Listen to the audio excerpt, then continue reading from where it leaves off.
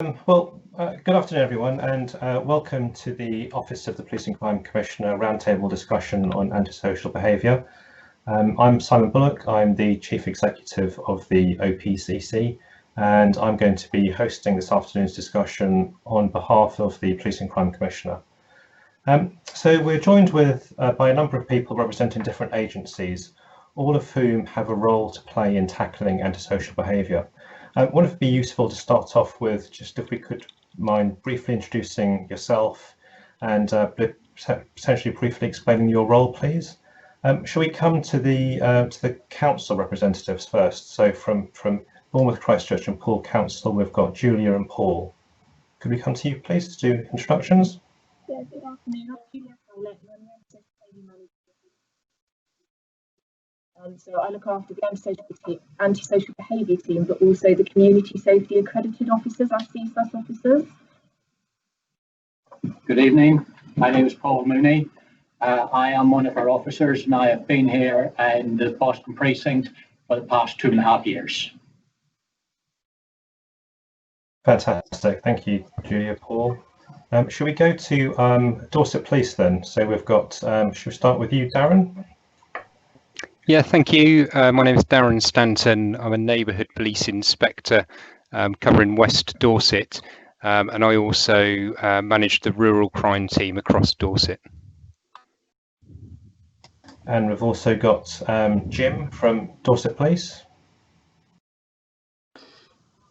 Good afternoon, everyone. My name is Jim Bichelle. I'm a chief inspector, and I have responsibility for our neighbourhood policing teams across the county part of Dorset, and that includes sort of Weymouth, Bridport, all the way up to Wimborne and Ferndown, and as well as North Dorset. Thank you, Jim. That's really good. And then we also are pleased to welcome a couple of colleagues from our larger housing groups. So firstly, Claire. Hello, hi, I'm Claire Seymour. I'm the antisocial behaviour manager for a large housing association in the southwest called the Astor Group, and I manage a team of ASB officers covering the region specifically for Astor Housing. Thank you, Claire. And Andy? Hi, my name is Andy Burdes. I work for Magna Housing. I'm a community safety officer in the community safety team. We've got 9,000 properties approximately, and we stretch from Shaftesbury all the way to Minehead.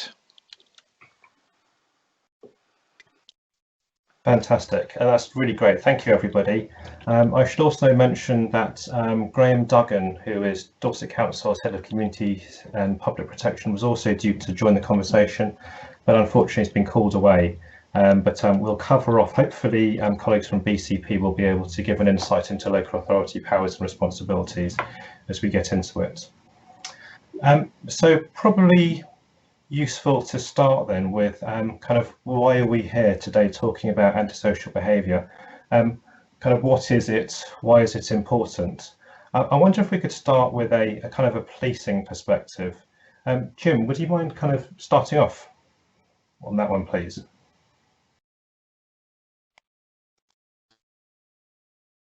Yeah, of course. So antisocial behaviour does represent an area where we do get significant amounts of calls. It's something that can often make people feel uneasy, even if it's quite a difficult thing to actually put their finger on in terms of what it is causing the concern. It's quite a difficult thing to make sort of tangible. Officially, the legal definition of antisocial behaviour is defined as a behaviour by a person which causes or is likely to cause harassment, alarm or distress to persons not of the same household as that person. And there's been various bits of legislation that various governments have introduced to try and tackle the idea of antisocial behaviour. In terms of policing, we view it in sort of 3 terms. So we have personal antisocial behaviour, which is when a person directs a specific individual or targets a specific individual or group. And then we have nuisance antisocial behaviour, which is when a person causes trouble, annoyance or suffering to a community. And then the last one is environmental antisocial behaviour, which is when a person's actions affect the wider environment, such as public spaces or buildings. And we obviously deal with all of those different elements, but they affect people in very different ways. Traditionally, I think antisocial behaviour has often been seen as a group of youths gathering on a street corner, being a bit loud, a bit boisterous, which can make some people feel uneasy, and some people describe that as antisocial behaviour. But it covers a wide sort of remit of different areas. It can be from sort of abandoned vehicles to noisy vehicles, vehicles being driven irresponsibly, noisy or rowdy neighbours, littering, street drinking. It's quite a wide encompassing term, and I think that's why antisocial behaviour is such a such an important area for us, and why we work with partners so closely in terms of it's such a wide remit and it can come in different forms. Thanks, Jim. It's probably also kind of fair to say as well that traditionally antisocial behaviour is regarded as kind of lower level in inverted commas. I appreciate that antisocial behaviour, when it happens to individuals, is obviously very impactful on them, but sometimes, you know, we as agencies might consider it to be lower level than other crimes, and I think sometimes one of the things that we may miss in that is the kind of cumulative effect that antisocial behaviour can have. So if you're experiencing antisocial behaviour on a daily, weekly basis, that impact can build up over time. So whereas a harmful crime might have quite a large impact, hopefully that will only happen a very small number of times, but something like antisocial behaviour could be more repetitious, and sometimes it can be, even though it's a single incident might be low level, overall it builds up to be quite a difficult and challenging circumstance. Claire and Andy, do you want to kind of come into that from a housing association, housing group perspective?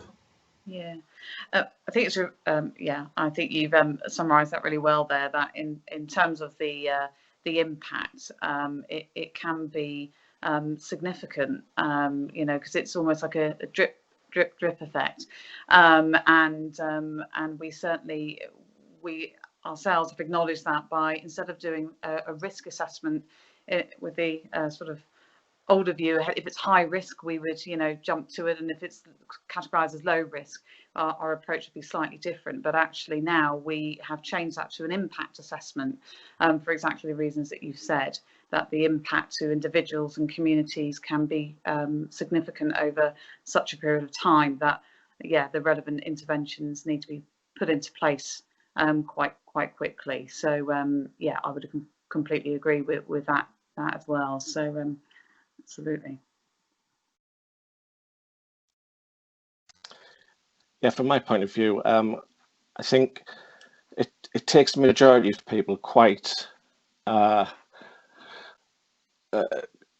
it takes them a long time for them to build up and build up and build up, and a lot of people do wait quite a long time until they reach the end of their tether. So normally the first contact that we have with the customer is when they have kind of got, right, I've had enough, and they've already had 9 months in some cases social behaviour to put up with, and it has seen it's massive.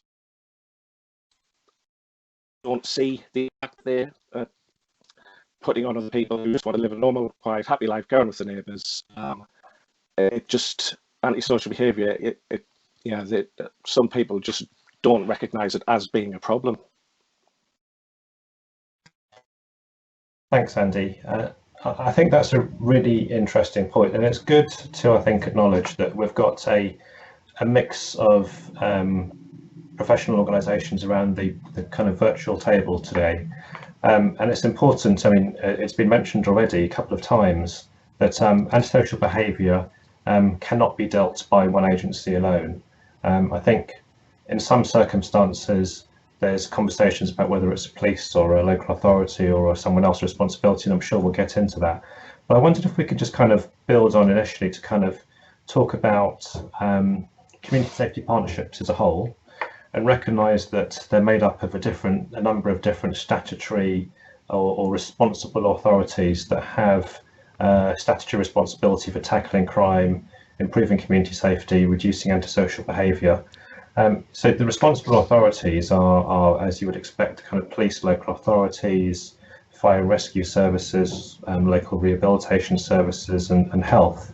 But also tied into that, there's a large number of non-statutory organisations like voluntary and community organisations, charities, obviously housing providers, other service providers. And that can be quite difficult, and we've got a number of people around the table together.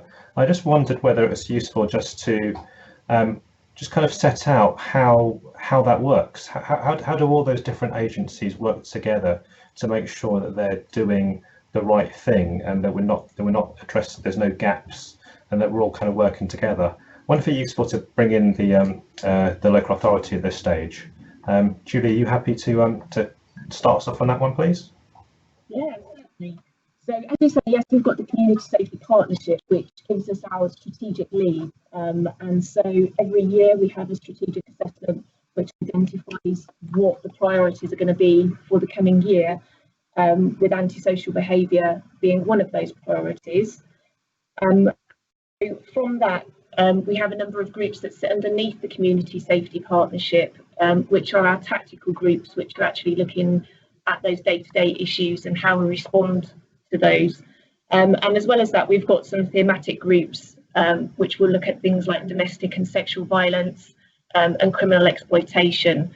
And I think the processes are very similar in the BCP area as they are in the Dorset area now, where we have our partnership coordinating group meetings, which are those tactical meetings that look at the statistical information of what's happening sort of, apologies, here and now on the ground. And so we'll look then in part at what our response needs to be to those particular issues that are being raised.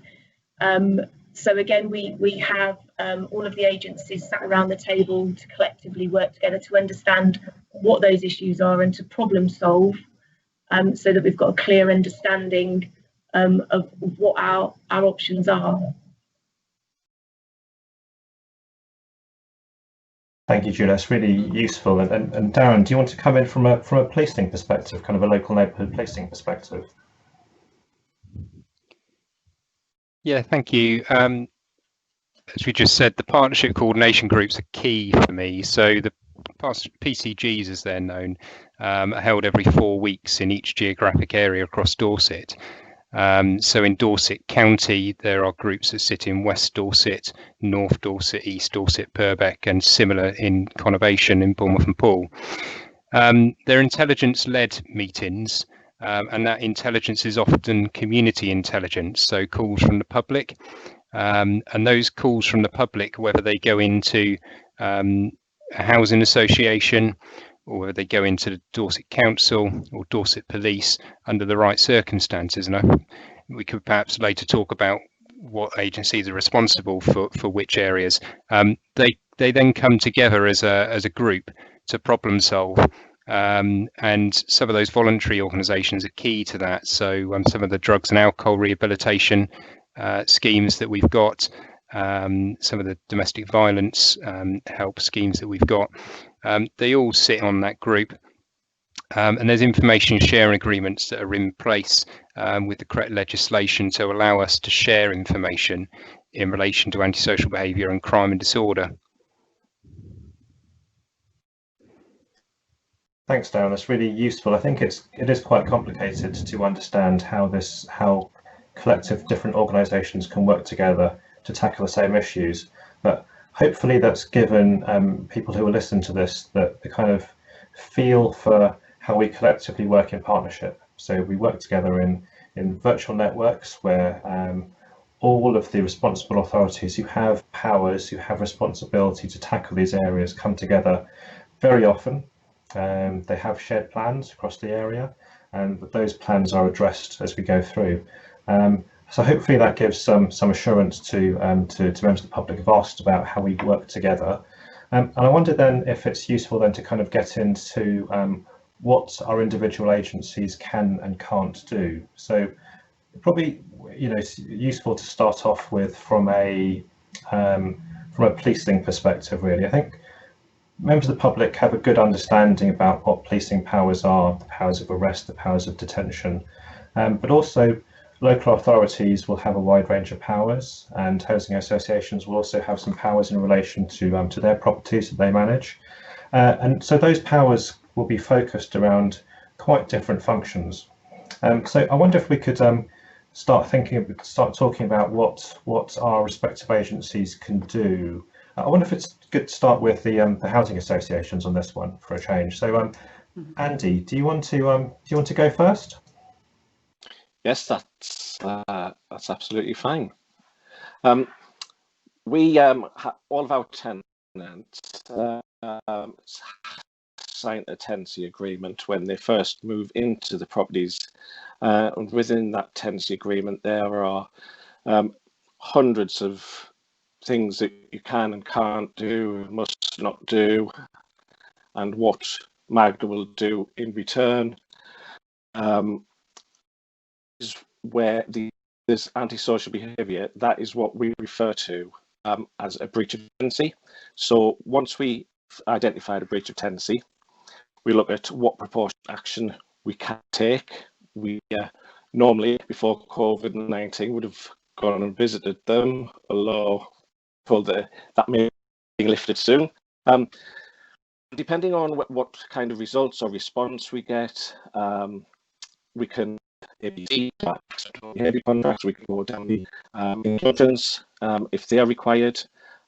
We can go for possession of a property if it is really serious antisocial behaviour or criminal behaviour, which once again, that's where we link in with the police to get enough information and enough evidence for if we do have to go to the ultimate step of going for eviction, we have to.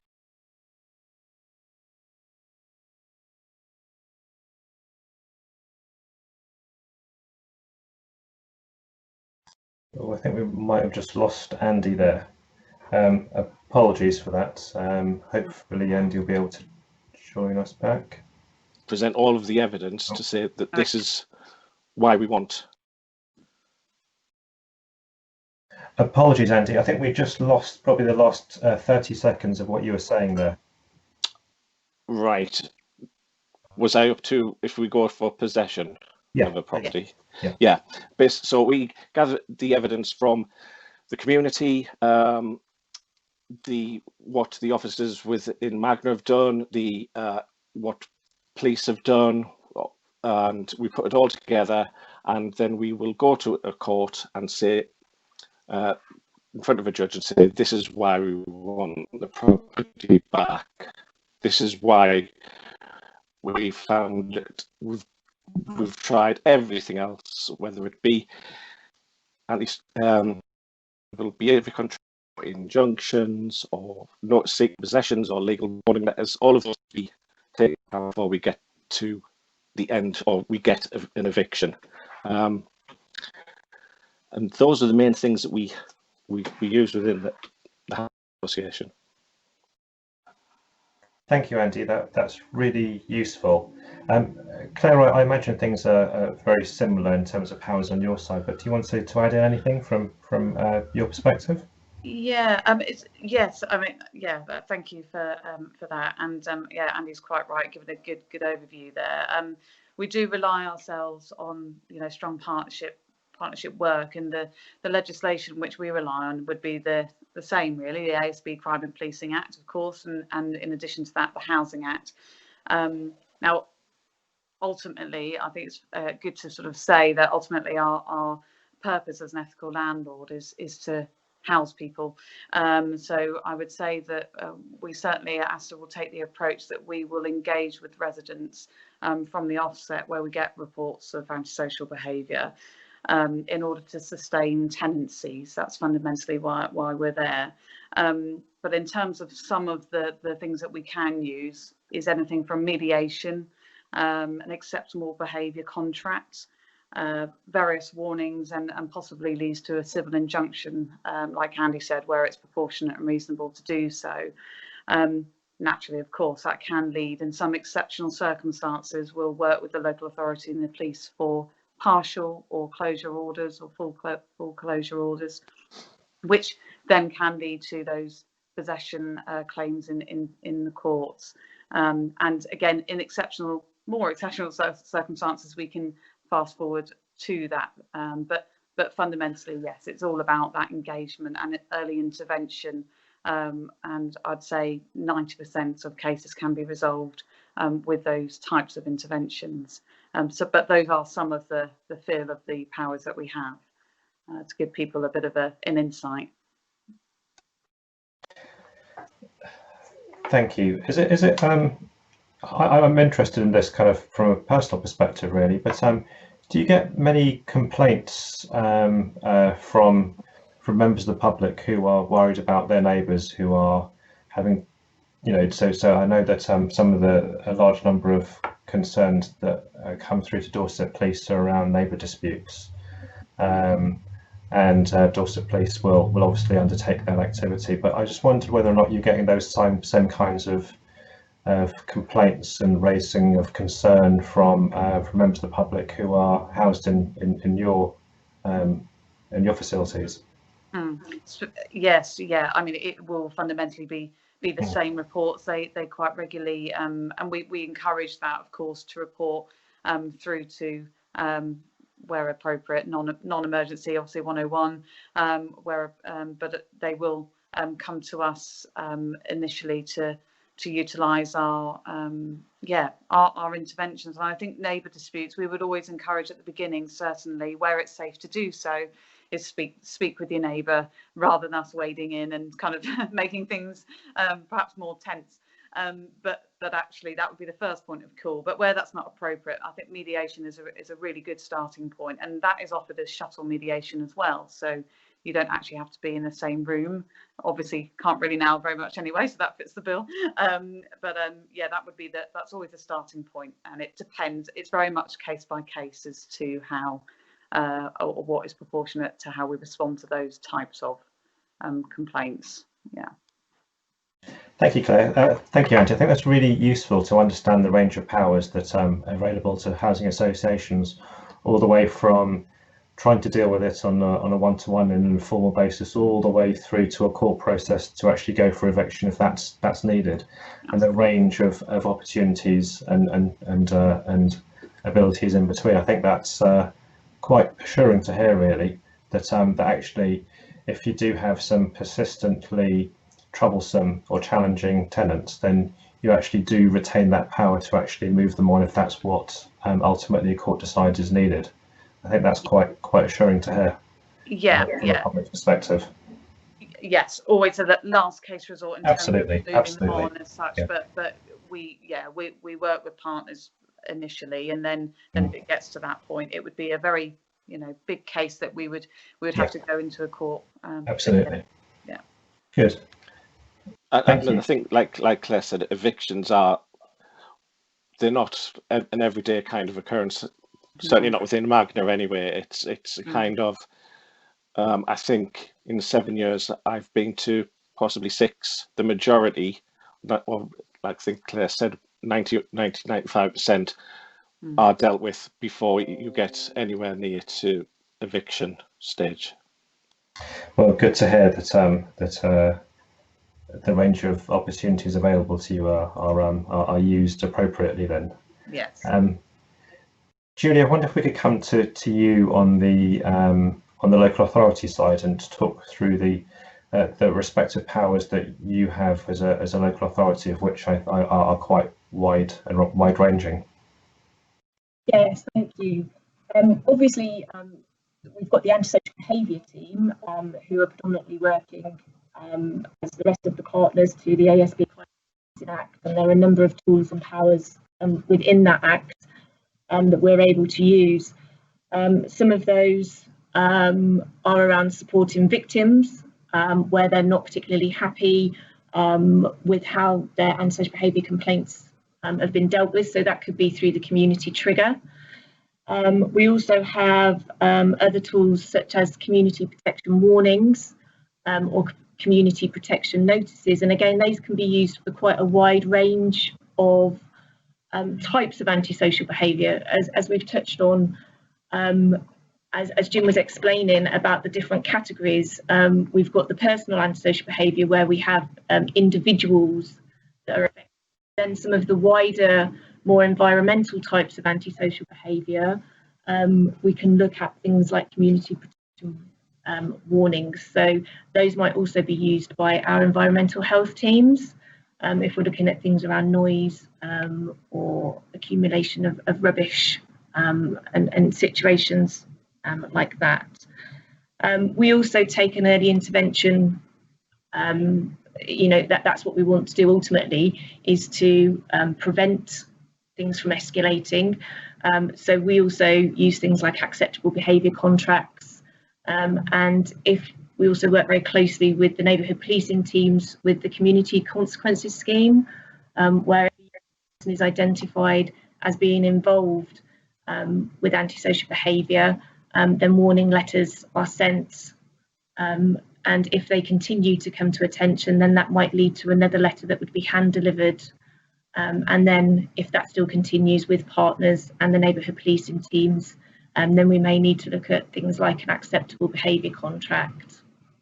I'd also like to bring Paul in, because obviously we do also have our CSAS officers, and they're out and about on the streets in Boscombe, Bournemouth and Poole, dealing with antisocial behaviour. Yeah, thank you. Yeah, just to concur with what Julia's been saying, I am, and my colleagues within BCP, we're the actual boots on the ground, and we deal with specifically with the nuisance ASB. That nuisance ASB can be people coming up to us and stating that this person's causing ASB by begging, by being continually drunk, or maybe something that we see that needs to be sorted.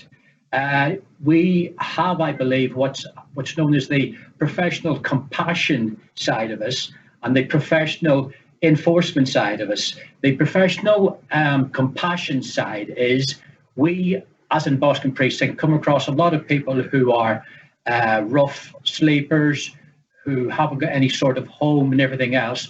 Part of my role is to direct them to agencies which can actually help. They could be within the BCP itself, the rough sleeping team, or it could be teams like Ad Action or BH1 or Ad Action, who deals with drinking people and everything else like that. Those are the situations we get involved in. We can, with our professional compassion, direct these people to these organisations. However, with, as Julia has said, with ABC contracts and everything else like that, my colleagues and I are the ones who gather the evidence in the first instance for those to be brought to the attention of the NPT teams, especially here in Boscombe.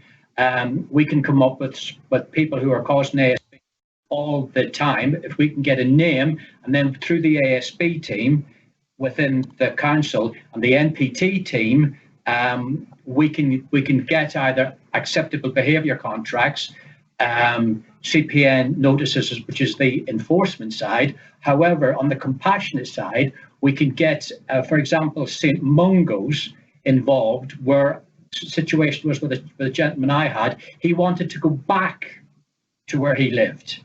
Now, I was able to use my contacts with St Mungo's to avail himself of a rail fare, a rail ticket, to actually get him home. So my colleagues are kind of hybrids. We enforce in one end to help. And I think essentially that is what we officers do. We are there to take the horse to water, as they say, but if he or she doesn't want to drink, then we have to put on another professional hat, and that professional hat sometimes is enforcement. Thank you, Julia. Thank you, Paul. I think that's a really good summation. I think what I've taken from that is that from Andy, Claire, from Julia and Paul, what you've all talked about is an escalation process. You're starting off supportive, you're starting off understanding, starting off, well, let's try and have a conversation about this, what's causing this issue. And then you go through those range of powers, you go through those ranges of opportunity. And then if at some point in the future you need to move into enforcement, then that's when you do so. I think that's really reassuring to hear about the range of powers that you have all the way through that process, to initially support and understand and help try and control and decrease the level of antisocial behaviour. But if for whatever reason it's still persistent, it's still enduring, then you can slowly ramp up the pressure. And I think that will be quite assuring to hear from members of the public as well who are experiencing these types of things. Jim, do you want to come in on the police perspective on just on powers around ASB? Yeah, thank you, Simon. I think colleagues, partners on the discussion, just waiting for the. So partners on discussion have raised a number of the powers that we have. I think just a couple of additional ones I can cover off if possible. One is around criminal behaviour orders. So introduced in 2014 as part of the same act that provides the powers that colleagues have talked about, the Antisocial Behaviour, Crime and Policing Act of 2014. So criminal behavioural orders are sort of designed along a similar basis to the much maligned ASBOs, which were obviously part of our sort of our culture really in the 1990s and noughties, but have been adapted to try and deal with some of the criticism of the ASBOs. So there have been some slight changes. So they can only be issued at a point of conviction now. So if someone's committed an offence, the prosecution can then apply to the court to issue a criminal behaviour order. Now, the important thing is that CBO, criminal behaviour, doesn't need to be directly linked to the offence. So you might have someone who's been given a conviction for a shoplifting offence, but they can be given a CBO which relates to antisocial behaviour, so looking at their onward behaviour. So for example, if they're drunk a lot in a public place, and that's one of the reasons why they then go out shoplifting or get involved in that, then we can issue a CBO, the court can issue a CBO which will have some conditions around that. The important thing about it is it's not just around what we call prohibitive conditions, there are also requirements. So a lot of it is trying to aim at targeting the actual factor that is causing that person to commit crime or get involved in antisocial behaviour. So for example, if someone's got an addiction issue, one of the requirements might be to do a drug and alcohol course that aims to help them with that particular issue. Or for example, someone involved in lots of thefts and who's currently at work, one of the requirements might be to do a readiness to work course, which is all aimed about trying to get them into paid employment, which would then help them to distance themselves from some of the reasons why they're committing that offence. So that is a CBO, and they're becoming a bit more common. And you'll normally find when a CBO is issued that the police will normally put a press release out, making the local community aware of a particular person that's got a CBO and what those conditions are. And it can be really bespoke and quite tailored. So just a quick example I'll give is a male offender who is involved in lots of poaching offenders. So going out into our rural community, killing sort of local livestock, stealing on various farms. And because the amount of rural areas we have, it's often quite difficult for us to catch up with that person, and it's a notoriously difficult offence to prove. However, on the back of convictions, the CBO he has been issued includes things like he can't have dogs out in the public space, he can't have a catapult, and he is banned from certain rural areas, which means if we come across him in those areas, we are much better equipped to actually deal with it. And so if a person breaches their criminal behavioural order, then it is a specific offence, it's a criminal offence, and ultimately they could end up with a custodial sentence. So that's an important power that's come up in the last sort of few years. And another one I just want to touch on really is around our dispersal notices. So if we have a particular issue in an area, then an officer of at least the rank of inspector can issue what we call a Section 35 notice, which helps us to disperse people congregating in a particular area if we know that we are having antisocial behaviour and people are being intimidated or a particular issue, or if it's a real sort of crime hotspot. And they can only last up to 48 hours. So the idea is there being a real sort of bespoke power to deal with a particular issue in that area at that time. In addition to the antisocial behaviour offences, we obviously have things like the Public Order Act and the Harassment Act, which gives us other enforcement powers which we can use. But there is a wealth of antisocial behaviour legislation out there which us and partners can then use. Thank you, Jim. That's really good to hear. I think what I'm taking away from this is that, as I've said, there's a huge range of powers, huge range of responsibilities here, and it's really important that we all continue to work together. I think hopefully what members of the public who are watching this are taking away is that we've got good strategies in place, good partnerships in place, good powers in place. And I think that's assuring, but sometimes it brings with it another difficulty, because you might be looking at this and thinking, well, okay, that's all well and good. I can see that that the police have some powers over here and the local authorities have some powers over here, but who should I call? What should I do when I experience a particular issue? And that can be quite complicated. And I think that kind of brings us on to a question that we've had in from David. And he asks, who should we call and for what? You know, and specifically, when should the police be called rather than the council, or vice versa? I wonder, Julia, if you could answer that from a council perspective initially. Yes, thank you. Obviously, we've got the antisocial behaviour team, but we are not a response service. So if there's a particular incident that's happening and a member of the public needs a response to that, then they do need to be calling the police. Obviously on 101 if it's a non-emergency, but if there's a threat to life or property, then obviously to use 999. It can be confusing because if it is, for instance, more noise related, then it might be more appropriate to actually contact the council regarding the noise, and sometimes there can be a crossover between the two, so it can be difficult for members of the public, and understand for them to know who to contact, but primarily if they need a response to an incident, then they would need to call the police. They can then record that and they can contact the antisocial behaviour team, and we would work alongside the police or other agencies to understand what those particular issues are, so that then again we can problem solve and work together to identify what joint resources we may have that we can put in place to try and resolve what those particular issues are. Thank you, that's really clear. Darren, from a policing perspective, I'm hoping you're going to say you completely concur with that. Thank you. Yeah, from a policing perspective, we're obviously here 24/7, so we do often receive calls from members of the public throughout the out of hours period, which are council responsibilities. And we are a very, very busy service, and we do our best to try and accommodate with those where we can. But often we need to prioritise where the greatest threat is and the risk to the public is.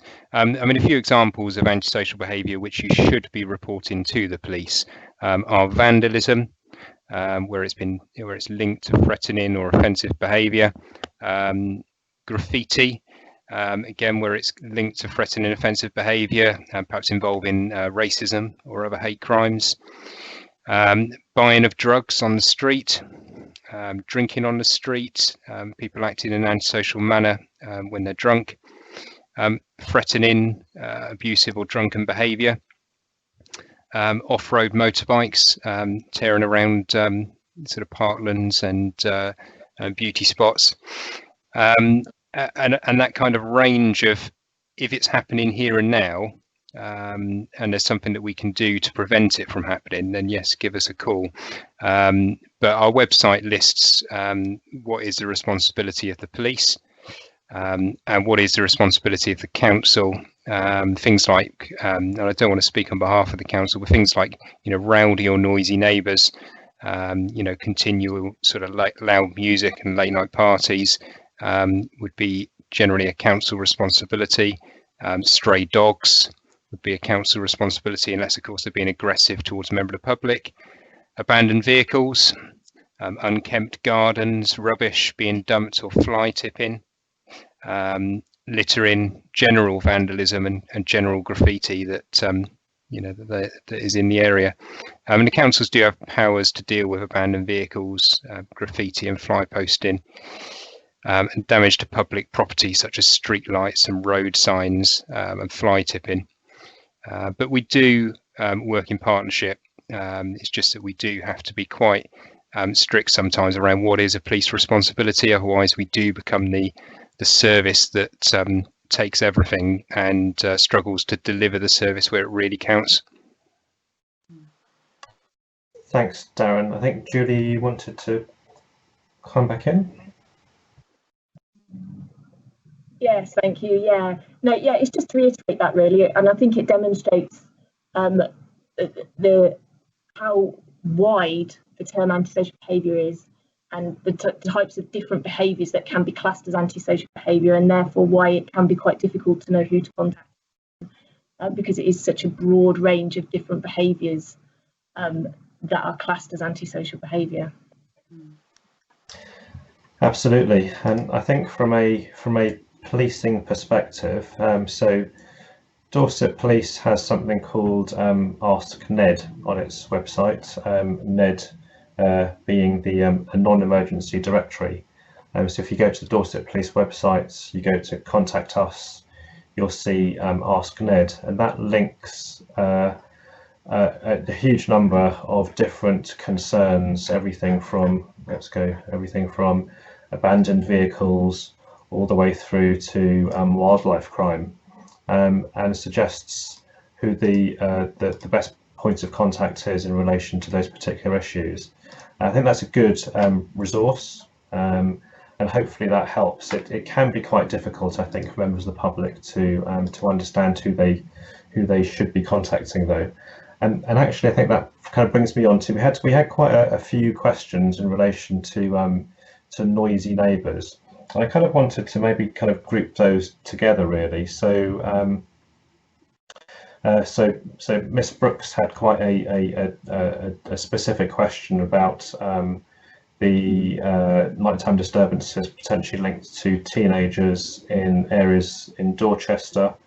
There was also a question around rowdy student accommodation, and also but I'm mindful as well that potentially we should be bringing in as well our local authority, our housing association providers as well to that conversation as well. Not necessarily student accommodation, obviously, but potentially I thought they might have something to say as well. So just in relation to rowdy or noisy neighbours, I suppose it potentially depends on where you live, doesn't it? So if you're in a housing association, then potentially that should be your first point of call. If it's in relation to a student accommodation block, then potentially you have some routes of redress there. If it's a local authority housing, then potentially you should be going there. If it's something else, then you probably should be going to Dorset Police, and that in itself is quite complicated. But is that fair, do I think, or is there a kind of one-stop shop? What do we think on that one? I'll kind of open that up more broadly, really. Shall I make a start at that one? Please do, Jim. Thank you. I mean, the first thing, just to cover off, if people are concerned about a disturbance happening next door, or some sort of domestic, then clearly we would want a call to the police as soon as possible about that, so we can investigate it. I mean, just regarding the, if I can take the university question, because I have spoken to our section inspector who covers the university area. Obviously, as you said, Simon, if it's in a halls of residence, then it's quite easy for a member of the public to go to the university and make a complaint about that block, and they will take it very seriously. If it is in a private residence, there's a private landlord involved, but it's clearly let to students, then I understand that can become a bit more complex in who you sort of speak to. If it is a noise issue, we've already discussed that that tends to be a council issue, and environmental health will lead on that. If it's loud and continuous rowdy parties, etc., then they can take some enforcement action around it. If it's disturbance that's spilling out into the streets, or there's any indication of any drug activity or fights ongoing like that, then again it would fall to the police. So with regards to Bournemouth University, we do have a dedicated neighbourhood team established within the university. So we have PCSOs based there who obviously have really good links with the university as a result of that. So we've become aware that a student property within an area such as Charminster or Winton is causing issues, then that PCSO has the relationships with the university to go and speak to the appropriate people. The university does give inputs to all their students at the beginning of the year around their responsibilities about living in the communities, because they are aware that students living away from home for the first time tend to perhaps live a certain lifestyle for the first couple of months when they're there, celebrating that freedom that they've got. But obviously that can impact on the wider public around them. So The university does do some work around trying to educate their students, and they are very keen to hear when their students let them down a little bit in that regard, and there are issues, and they can take action around it. With regards to Dorchester point, obviously Darren is the section inspector for Dorchester, and I know he's had a look at that issue, so I'll let him sort of answer that particular point. Yeah, thank you, Jim. The Dorchester one is in relation to Mornbury Rings. There was a member of the public who's written in to advise that they've called in relation to youths screaming and shouting and larking about on the banks at Mornbury Rings. Mornbury Rings is a kind of ancient monument, like an amphitheatre, if you like, grassed area. You know, it's used by dog walkers, but this was 2 a.m. On a weekday, and they've called this in. So they got a police response. And when you call the police at that time in the morning, throughout, you know, any sort of time after around about midnight, you're likely to get a patrol officer attending, and that patrol officer will deal with what they see. In this case, children mucking around or youths mucking around.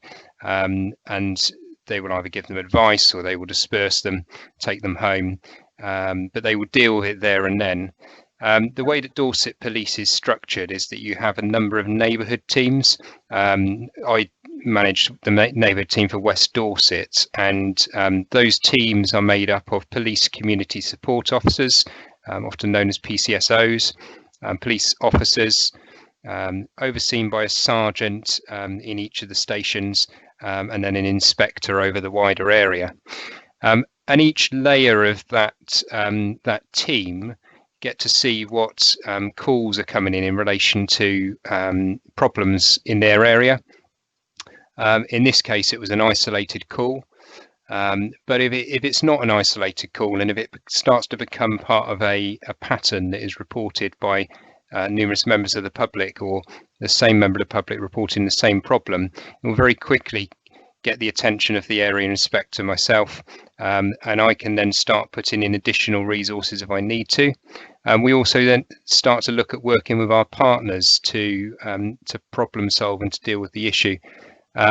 In Dorchester, we've currently got a youth outreach service that's running from Dorchester Youth Club, because they haven't got the ability to run the youth club as they normally would. They've got some funding to actually do some youth outreach work in Dorchester and also surrounding villages around Dorchester. And we're in contact with them, so I'll make sure that they're aware that Mornbury Rings has been a problem.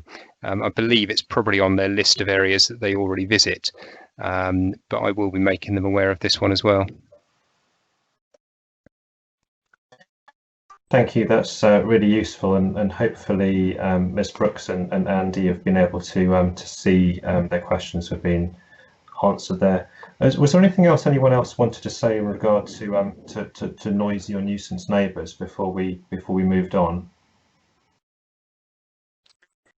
Yeah, I can. It's just to say really that I think it's an area which we certainly have seen an increase in number of complaints, around sort of 25% at the moment, and naturally that's because people have been at home more, and the pubs were closed at one point, so I think the gardens and the homes became that social space. So yes, there have been an increase there, but there are things we can do. And if you're unsure about perhaps what housing association or what housing provider that is, the local authority can advise, and they will refer it into that relevant association or provider.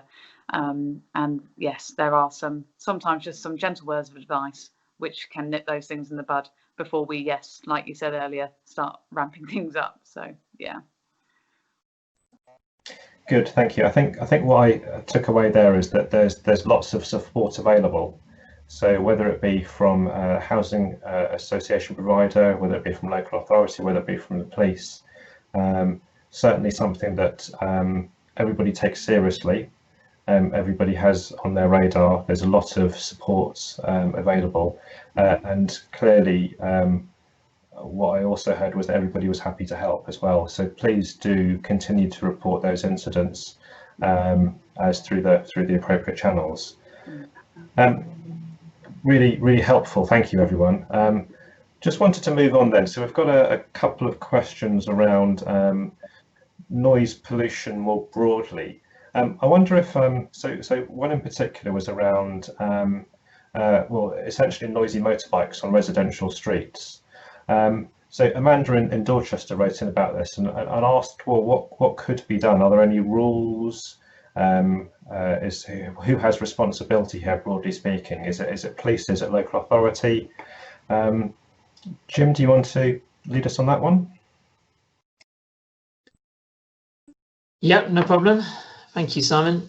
So this is an issue where we've had probably more correspondence in the last few weeks than we have had quite a while. Again, I don't know if it's like Claire said, at the end of sort of COVID, whether more people are now sort of going out on their bikes and young people are just trying to enjoy that bit of freedom a bit more. But we have had reports of noisy mopeds and scooters. I know particularly in the East Dorset area, we've had quite a few reports, as well as down in Weymouth. So there are obviously legislation around use of vehicles and the noise they emit. So getting a bit sort of traffic geeky at the moment, there is a level between 82 and 86 decibels is the current maximum permitted noise level for a motorcycle. And anything above that, obviously the police can take action. We've had a couple of campaigns recently where our sort of road safety team, for example, last weekend they were down on the coast road between Weymouth and Bridport, and they were there sort of targeting a number of sort of road issues, including speeding, excess speed, but also around noisy exhaust. So they stopped a number of motorbikes and they had vehicle examiners there to actually do some checks on those exhausts and found those ones all to be compliant. The challenge we sometimes face is locating the motorbikes. They tend to, that noise echoes and carries at a great distance at night. So where someone might feel that moped has literally just gone down that road, in reality, when we get there, you know, they've either moved on or that noise came from a completely different area, but just bounced around a local estate or a local town. But we are keen to take action where possible. So people do get reports or get registrations of the vehicles involved, then please do report it. You don't have to report things by 101, you can report things online. And as Darren explained earlier, those sort of issues within a community would come through to our local neighbourhood policing team or our traffic colleagues, and then we can go and visit some people and do some checks. Thanks, Jim. Good to hear that there are some rules in place, and Dorset Police continues to have a robust response to that. Related, I think there was one question that came in from Andy, who was asking about particularly sirens themselves, so maybe police sirens, and whether or not he was mindful that he lives close to the Madeira Road police station in Bournemouth, and he was saying that at night sometimes vehicles will be leaving that facility with sirens on. Is there, appreciating that the sirens are there for a reason, but is there anything potentially we could be doing about that? Yeah, thank you, Simon. I'm happy to take that one. So having worked at Bournemouth Police Station for many years, and it's probably got busier since I was there, and your Madeira Road is still a really busy road for pedestrians. So even late at night, it tends to be the sort of gateway to a lot of our student accommodation, which is around the sort of Lansdowne area, part of Bournemouth. So blue lights and cars revving quite often don't quite do the job in terms of making probably intoxicated pedestrians aware. So it's probably one of the reasons why you hear sirens quite a lot from that location. It's also a road where we get a lot of taxis at late night coming up. So again, our sirens are often necessary. I can assure him that officers aren't taught to put them on as a matter of default. They will put them on for a reason. But nevertheless, I have spoken to the section inspector at Bournemouth today, just asking him to send a bit of a reminder to his teams that there are sort of residents around there. But safety in terms of the officers driving, making other road users aware of their presence is always going to take priority around there. Thank you, Jim. I think that's good assurance, really. I think obviously Dorset Police is sensitive to the needs of its neighbours, and obviously the police station is a residential area, but that sensitivity to the needs of its neighbours does mean that you need to make them aware of when police cars are coming out of that particular location, and potentially sometimes at speed if needed. So I think it's a difficult one, but But thank you for the question. It's a good question, and hopefully you've got some assurance there. The last one on noise pollution is quite an interesting one, really. So it came in from Meadow, and she was raising the issue about potential relationships where there is some degree of domestic abuse, and there are some quite high levels of noise coming from those from a particular couple who may be having an issue over a protracted period. And she was just asking the question to say, well, clearly support is given to that particular couple, but just asking the question about whether or not anything's done to provide some help and support and some reassurance to their neighbours who may be experiencing quite high levels of noise, often quite worrying if they're hearing arguments, shouting, screaming, smashing of objects, those kinds of things. I wonder what thoughts are on that one. Darren, do you want to kind of lead us on that one? Thank you, Simon. Yeah, whilst we could look at the antisocial aspect of abusive relationships and the issues that they cause for neighbours, Dorset Police would always prefer to get to the root cause of problems, which often involve quite complex situations where victims can be in an abusive relationship and a kind of cycle of abusive behaviour which they don't see as abusive themselves. So often neighbours are a useful benchmark, really, and it's often neighbours that will call police or passers-by that will call police when they hear a domestic argument or worse, where there's domestic violence occurring. And Dorset Police are committed to ensuring that such incidents are dealt with appropriately and robustly in a way that safeguards victims and their families and puts them at the heart of everything that we do. And Dorset Police are committed to protecting people from harm, and that's what we'll always aim to do.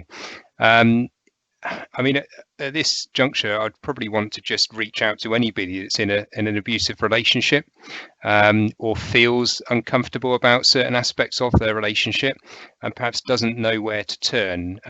If you just search on Google for Dorset Police domestic abuse, it will take you straight into our website, and there's a wealth of information in there which defines what domestic abuse is. Which in effect is any incident or pattern of instance of controlling or coercive or threatening behaviour or violence between people within a household who are aged over 16 or over. And that can encompass lots of different aspects of abuse, such as psychological, physical, sexual, financial and emotional abuse. And often people just think of it as violence, but it's so much more than that. And we've got new powers now under coercive and controlling behaviour, which are relatively new to policing, but are being used to good effect. So to answer your question, I would sooner try and help the people in their situations than look at it from an antisocial perspective. You'll often find when there's been a domestic incident that we will complete house-to-house inquiries.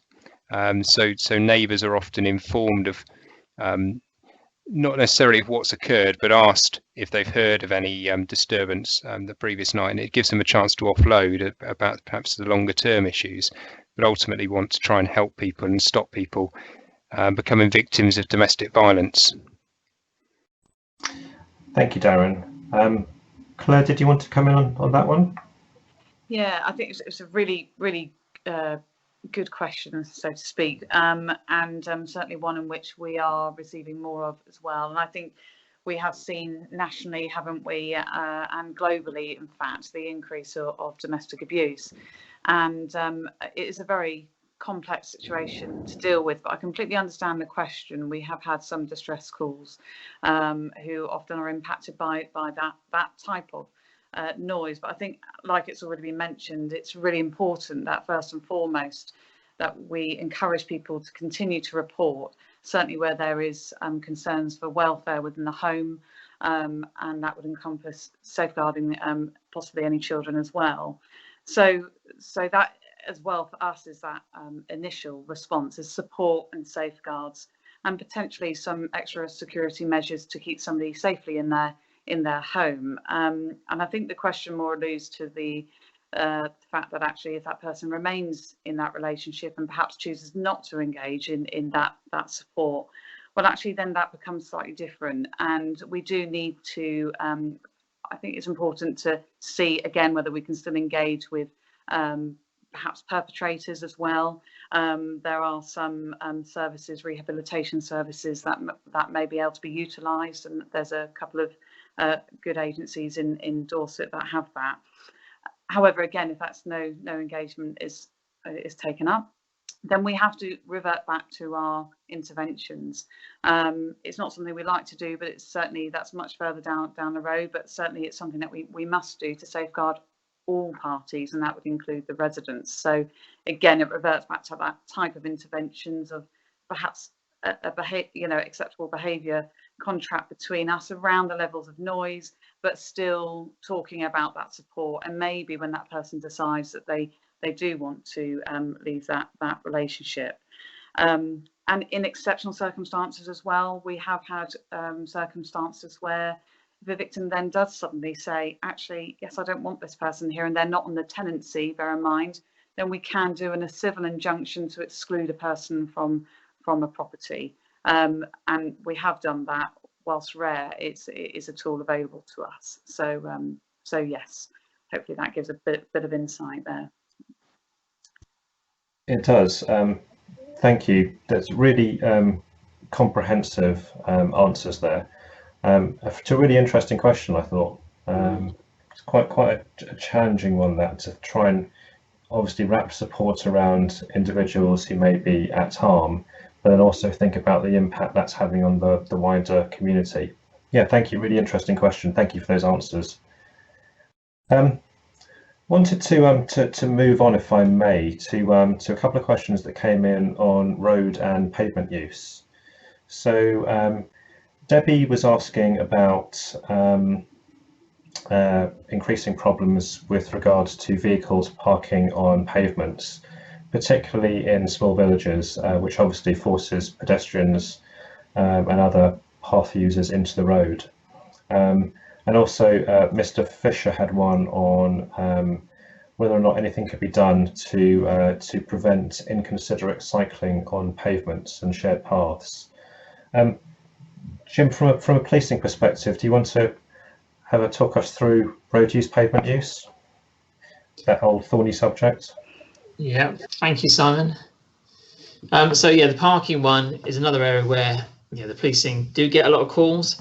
I think this is a classic area of sort of community policing, which is all about us dealing with some of the risks that the public might not necessarily be aware of, with tackling some of the issues which affect them on a daily basis in their sort of local community.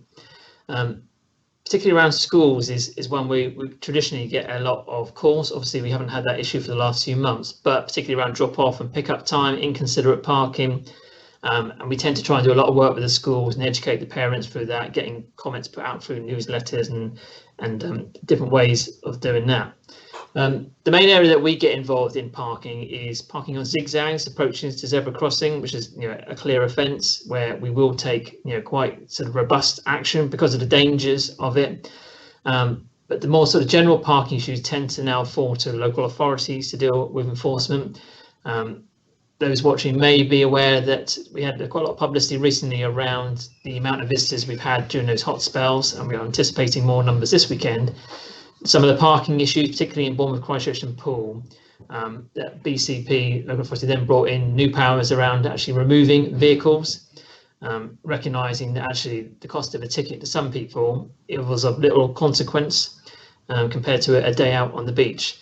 So parking, we totally get why it affects people, particularly obstruction, can't get into your own driveway, stuff like that. It is maddening, and obstruction is one issue that we can take some quite powerful enforcement. In terms of parking on a pavement, there's a bit of a strange sort of loophole here in the law that parking on a pavement is not really an issue that policing directly get involved with. However, driving on a pavement would be something that then will come under police enforcement, but obviously we need to catch someone doing it in that regard. So it is something that our sort of no excuse manager is very aware of. I think his post bag gets quite filled up with parking issues, and he's had lots of different meetings and working with partners to try and find the best solution to some of the issues generated. But I suppose really in response to that question, parking on the pavements particularly would be a local authority dealing with that matter. Regards to the cycling on the pavements, I think Mr. Fisher talks about sort of inconsiderate cycling. Obviously, that can mean all sorts of sort of terms. Obviously, cycling on a pavement is prohibited under law. We do see certain circumstances where particularly people riding with young children, people with vulnerabilities may be using a pavement. And while it is the law that the road should be where they're riding, I think we have to be pragmatic sometimes that actually overall safety pavement is probably the more logical thing to use if there are not pedestrians around that they are inconveniencing. But I think a space such as that, it comes down to people being considerate, and you would hope that most cyclists are. But however, where we do have inconsiderate reports, and then if it's a repeat issue in a particular location, then it is something that we would look at. Recognising that a bike going along at 20 odd miles an hour can cause considerable damage if it hits a pedestrian.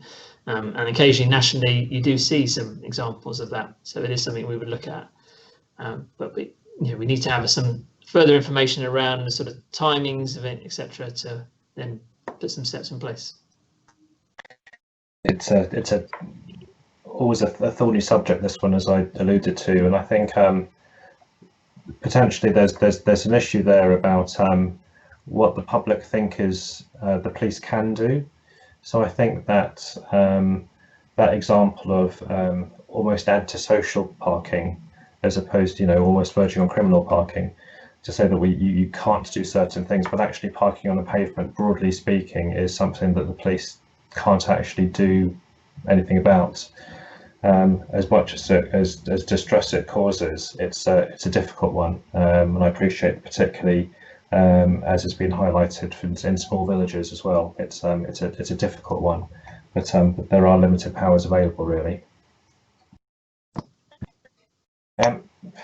Thank you. I think I've got a couple more then. So it's just worthwhile saying with colleagues on the line that we got a good response from members of the public who wanted a large number of questions asked. And broadly speaking, people were really happy to provide us with questions, which is good. Also, just wanted to pass on their thanks for answering the questions. I think a number of people were saying thank you for being given the opportunity to address some of these questions. So I think thank you, really beneficial. And then also as well, a large number of people were also saying that recognise that everybody's doing a really difficult job in difficult circumstances. And I think also as well, that's just worthwhile just reflecting on for a moment as well. I think ultimately when it comes to antisocial behaviour, crime, community safety more broadly, the areas that which we're all working in, we are talking about increasing demand. We are talking about more difficult, more challenging problems on a day-by-day, week-by-week, month-by-month, year-by-year basis, unfortunately. And then obviously, more and more limited resourcing as well as we go into that. And that does bring with it some difficulties. We will continue to work together, and we will continue to deliver as best services we can to the public. But sometimes, we don't often are able to deliver the service that we would want to because we haven't got the capacity to do so. And I think it's really beneficial. I just wanted to just kind of share with you that I think a number of people, members of the public who wrote in, recognise that. And so I think it's just useful to point that out. The kind of last couple really I wanted to get onto just before we wrap up really. Had a couple of questions in from an anonymous question and one from Roy, both of whom highlighted that, well, you're doing some good work, but even when offenders are caught and charged, they're often released without punishment, or if they are punished, the punishment is not sufficient to stop them from reoffending. And they both ask, well, what can be done to change this situation? Obviously, not one for us because we're not judge and jury, but what can be done? Jim, do you want to talk us through that one from a policing perspective? Yeah, thank you, Simon. So I'm very conscious I've had cycling, parking, and now sentencing, all the difficult ones there. So as you say, obviously sentencing is a matter for the courts, and it's difficult for us to influence that, as it should be because of the impartiality. But there are some things we can do to sort of maximise the chances of getting a sentence which victims feel is appropriate. And one of the things is making sure that we present the evidence in the best way possible to really get across the impact it has had on victims and communities.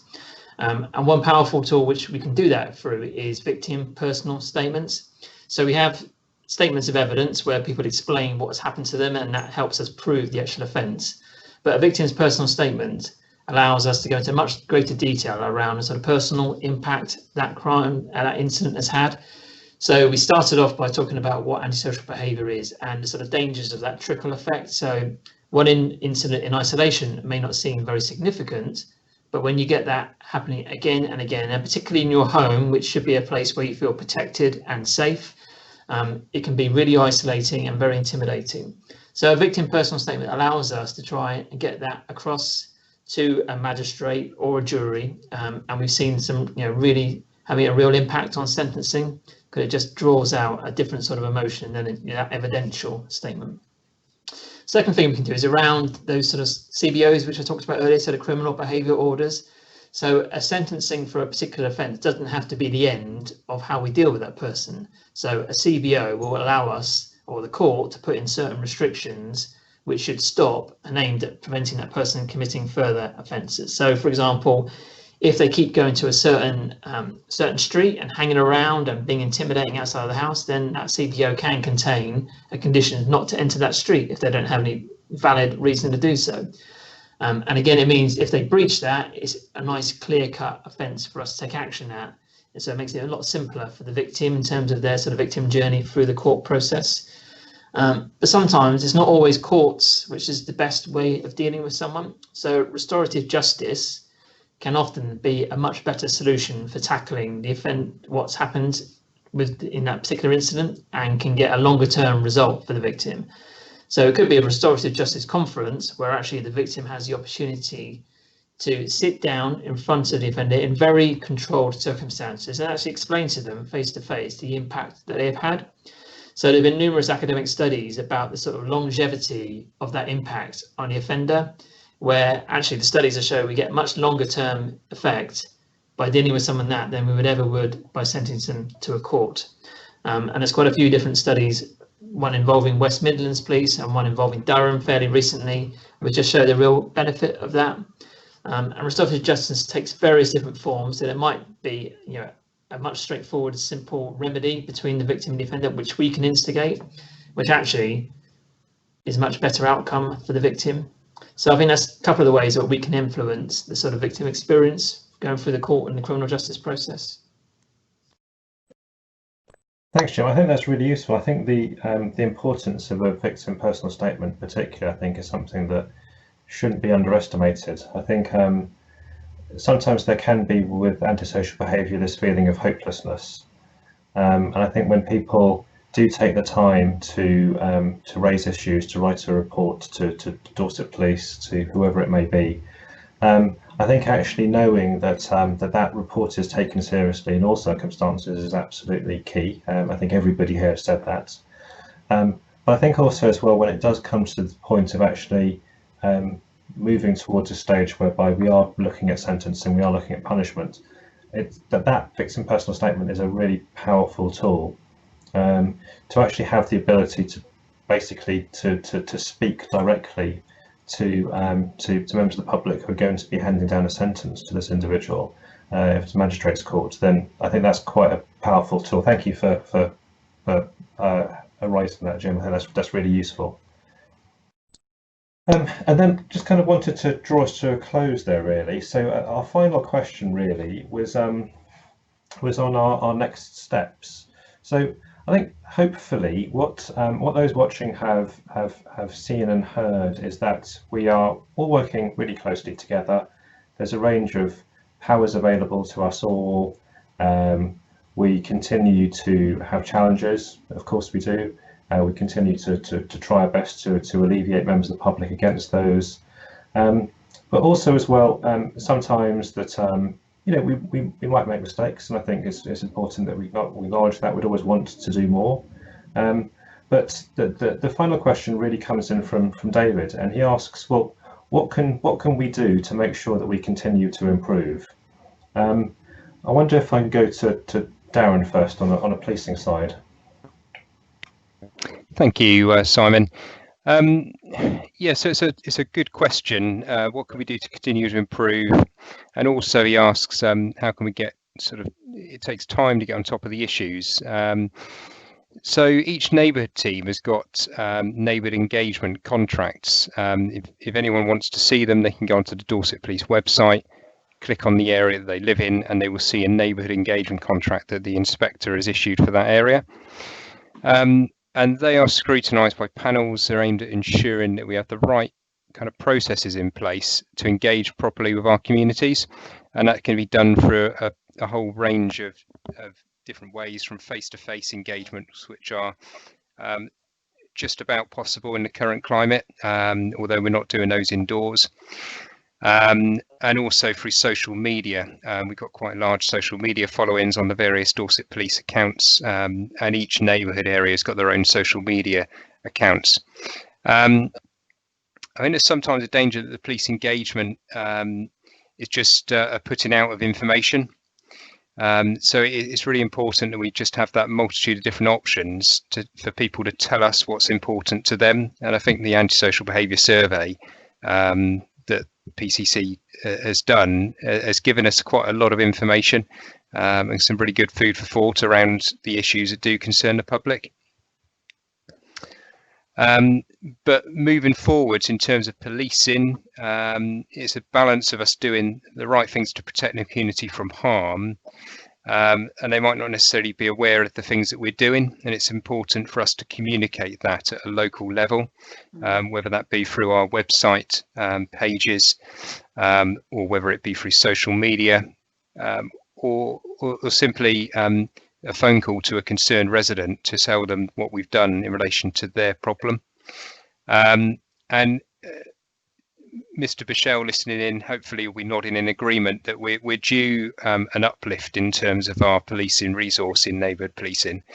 And that for me is the biggest challenge.